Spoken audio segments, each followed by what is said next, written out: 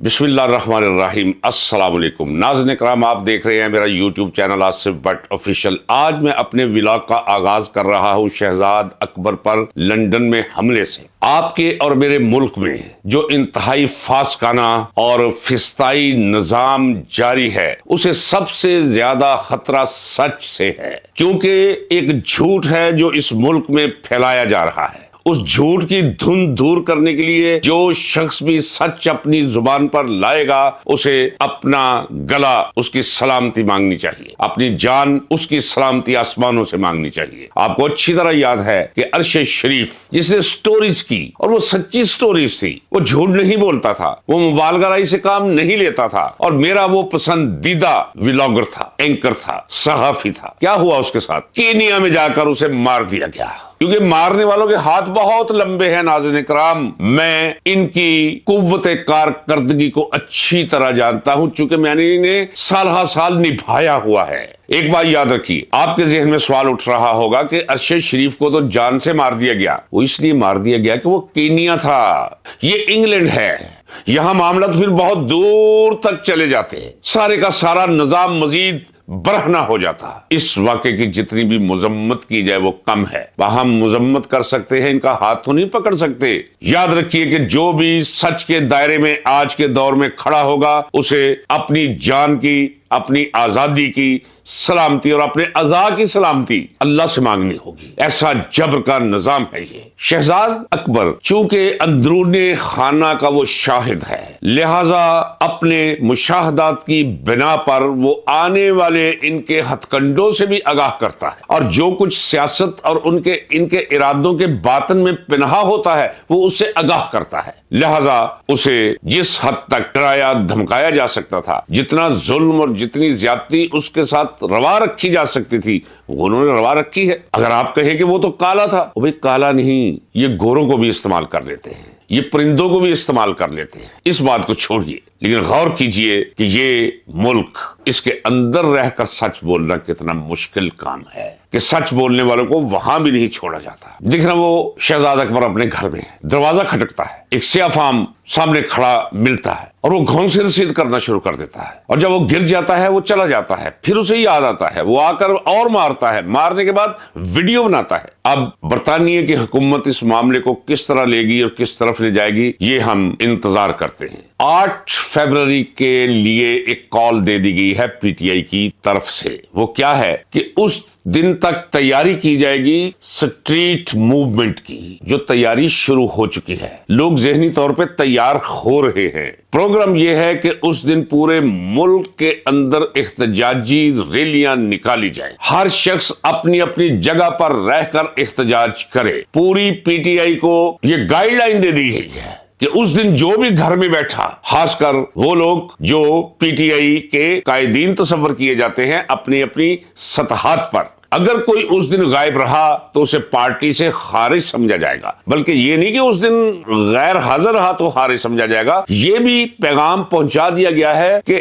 आज से लेकर 8 फरवरी तक अगर वो बेअमल पाया गया, उसने उस दिन की तैयारी ना की, उसमें हिस्सा ना लिया, वो भी पार्टी से खारिज तस्वर किया जाएगा। ये तो होगी पार्टी की गाइडलाइन। अब चूंकि नौजवान चाहता, नौजवान कितने हैं नाज़रीन कराम, जरा ये गौर कीजिए, 11 करोड़ के करीब नौजवान हैं जो काल के मुंतजिर है, जो क्लियर कट हो, और वो इस नतीजे पर पहुंच चुके हैं कि कोई हल नहीं इस मुल्क का मां सिवा वो हल जो अभी बांग्लादेश में निकाला गया। सिर्फ बांग्लादेश की मैं मिसाल इसलिए दे रहा हूं कि वो हमारा ही हिस्सा था, लेकिन कमाल कर दिखा, और नौजवान सिर्फ कॉल के मुंतजिर हैं। वो कॉल दे दी गई है, 8 फरवरी को पहिया जाम होगा। अब पहिया जाम होता है या नहीं, खैर कॉल तो आ गई। अब नौजवानों के अंदर एक वलवला, एक जोश मौजूद है। अब इन्होंने क्या किया है, एक और बात याद रखिए नाज़रीन इकराम, कि जब से 8 फरवरी की कॉल दी गई है,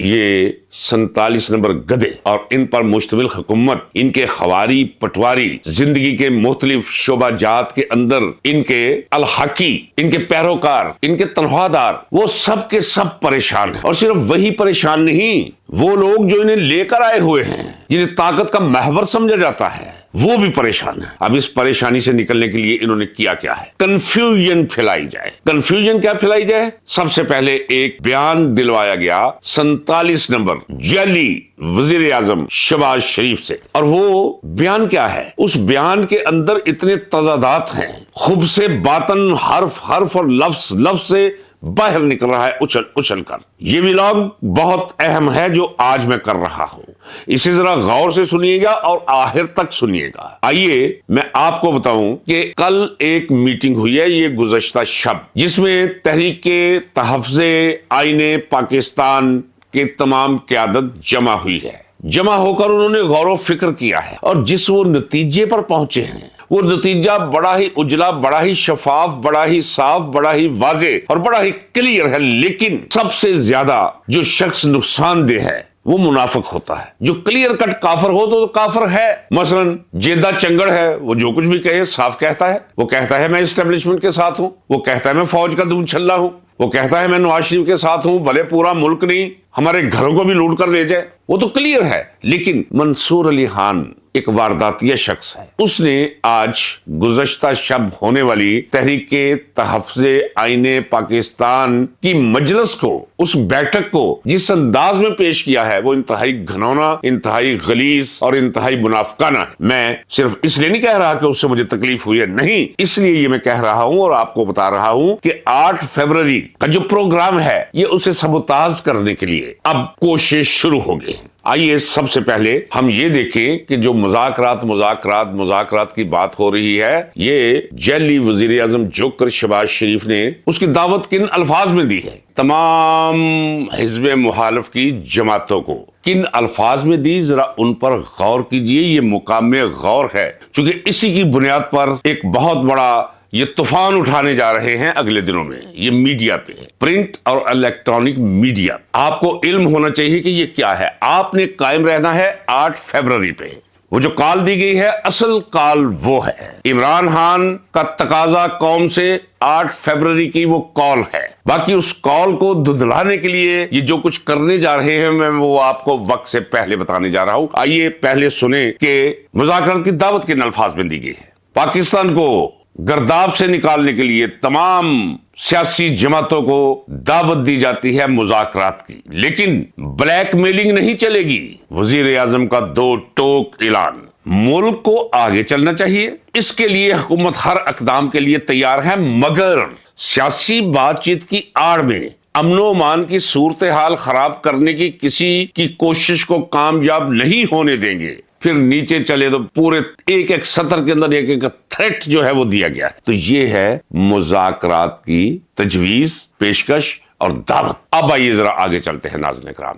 یہ بھی آپ سن چکے ہیں کہ فواد چودھری نے، محمود مولوی اور عمران اسماعیل جو اپنی کمزوری کی وجہ سے پارٹی سے اس وقت باہر سمجھے جائیں، انہوں نے ایک چٹھی لکھی ہے وزیر اعظم کو، جو چٹھی نہیں ایک درخواست ہے کہ جناب پاکستان کو گرداب سے نکالنے کے لیے ضروری ہے کہ کچھ رحم فرمایا جائے، اور رحم کا آغاز کیا جائے اعجاز چودھری کو چھوڑ کر، یاسمین راشد کو رہا کر کے، میاں محمود الرشید کو رہا کر کے، عمر سرفراز چیمہ کو رہا کر کے. ذرا اندازہ کیجئے.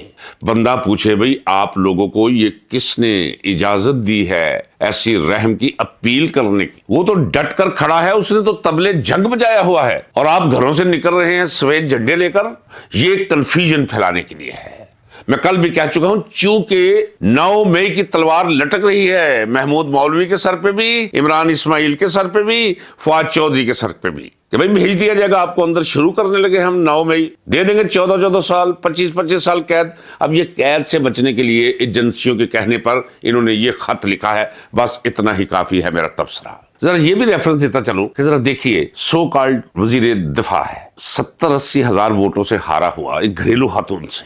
اچھا وہ کیا کہہ رہا ہے کہ جی پی ٹی آئی فوج سے مذاکرات چاہتی ہے. او بابا، میں تو اپنی پہلی ویڈیو سے کہتا چلا رہا ہوں عمران خان کو میں اسی لیے داد دیتا ہوں. لوگ کہتے ہیں کہ وہ سادہ آدمی ہے، وہ بہت سمجھدار ہے. اس کی سمجھداری کا پہلا ثبوت یہ ہے کہ وہ انہیں کسی کھاتے میں لکھتا ہی نہیں. ये मैंडेट चोरों को, ये 47 नंबर गधों को, ये जाली हुक्मरानों को उसे पता है, उसे इल्म है कि इनके पास कुछ भी नहीं है। ये तो पुतली तमाशा वाले की 10 उंगलियों पर नाचने वाली पुतलियां हैं बेचारी, और मैं इन्हें कप्पड़ कुत्ते कहता हूं। मैं भी अपनी जगह दुरुस्त कहता हूं। इनका तो इक़्तिदार में कुछ भी नहीं है, सिर्फ सामने रखा हुआ है। इन्हें इक़्तिदार तो सारा उनके पास है जो इन्हें लेकर आए हुए हैं। इसलिए इमरान खान की अकल, फहम और फरासत की मैं दाद देता हूं कि उसने हमेशा कहा है कि अगर मैं मुज़ाकरात करूंगा तो मैं फौज से करूंगा, और मैं तायद करता चला रहा हूं। मैं आज भी कहता हूं कि अगर बात करनी है तो फौज बात करे। ये कौन होते हैं? और फिर आगे चलकर ये ख्वाजा यूरिन ख्वाजा आसिफ ये कहता है कि अगर पीटीआई मुज़ाकरात करना चाहती है हुकूमत से तो मैं उनके साथ मुज़ाकरात करने के लिए तैयार हूं। और तू तो गंद का वो ढेर है, वो मुतफ़न किस्म का तू धबड़ा है, मल का, बोल बराज का। कोई शरीफ आदमी तो नाक पे रुमाल रख के भी तेरी 2 गज करीब से नहीं गुजर सकता। ये तेरी औकात है, और तू चला है दावत देने के, तू मुज़ाकरात करने के लिए तैयार है। तू जरा वक्त का इंतजार कर, तेरे साथ मुज़ाकरात करेंगे हम। जरा गौर कीजिए, शायद व्यूज लेने के लिए, या फिर किसी ने कहा कुछ कीमत अदा करके कि जरा ये लाइन दे दो। मंसूर अली खान ने कहा कि देखिए जनाब, बिल आहर पीटीआई मुज़ाकरात पर मान गई। किससे मुज़ाकरात? 47 नंबर गधों से, जैली हुक्मरानों से। तहरीक के तहफ़्फ़ुज़ आईने पाकिस्तान का कल अजलास हुआ, जिसमें महमूद इचकज़ई इनकी सदारत में हुआ। सेनेटर अलामा नासिर अब्बास और रहनुमा बीएनपी मेंगल साजिद तरीन, पीटीआई के असद कैसर, मुस्तफा नवाज खोखर, अखुनज़ादा हुसैन यूसुफज़ई वगैरह ने ये अजलास अटेंड किया।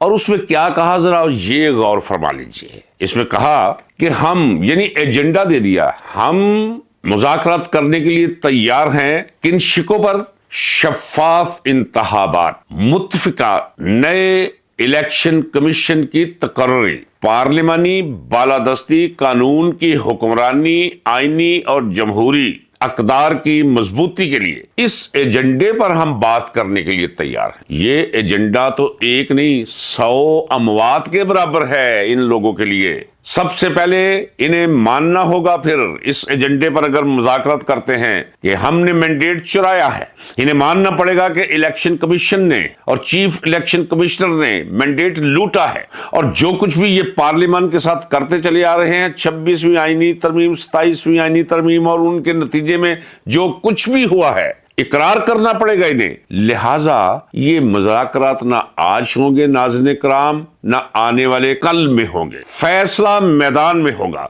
या तो यही सूरत हाल रहेगी जो आपके मुल्क में जारी और सारी है, और आपको लेकर किसी बहरुल कहल में डुबो देगी और नक्शे से पाकिस्तान का नाम मिटा देगी, या फिर आवाम यानी आप जब बाहर निकलेंगे और ये फिर घरों में दुबक कर बैठेंगे। इसके अलावा कोई दूसरा तीसरा रास्ता कोई नहीं है नाज़रीन कराम। आपने देखा कि जो ही महमूद इचकज़ई को बामानी यही इसी एजेंडे पर अगर वो बात करते हैं, तय है, ये नहीं कि मुज़ाकरात करें, तय है कि एजेंडा रख ले। अगर इस पे बात करना चाहते हैं, कोई हल निकालना चाहते हैं, तो ठीक है महमूद इचकज़ई साहब आप जाके बात करें, अलामा नासिर साहब आप जाकर बात करें। लेकिन वो तो इससे करीब भी नहीं फटकना चाहते, फिर कौन से मुज़ाकरात? लिहाजा क्लियर कट पॉलिसी सामने आ चुकी है। सुहेल अफरीदी को कह दिया गया है कि मूवमेंट बनाए। 8 फरवरी का दिन दे दिया गया है कि कौम तैयार रहे। इसके दरमियान में अगर कोई ये कहे मंसूर अली खान की तरह कि जनाब वो बिल्लाहर मुज़ाकरात, तो या तो ये व्यूज लेने की एक सस्ती कोशिश है, और या फिर एजेंसियों के हाथों या जाती उमरा के हाथों खेलने। इसके अलावा कोई तीसरी वजह नहीं हो सकती। नाज़रीन कराम, आपसे गुजारिश है कि आपका मुल्क इंतहाई नाजुक मरहले में दाखिल हो चुका है। या तो मुश्किल गुलामी और गुलामी की ही हालत में इस मुल्क और कौम का खात्मा, और या फिर जिद्दोजहद करनी होगी। निकलना होगा, ये मुल्क आपका है, किसी के बाप का मुल्क नहीं। बचाना होगा आपको अपने घर को, ये मुल्क नहीं, ये आपका घर है, और आपके घर की दीवारें और छतें गिराई जा रही हैं। इजाजत दीजिए नाज़रीन कराम, मिलते हैं अगले व्लॉग में। अल्लाह हाफिज। पाकिस्तान पाइंदाबाद।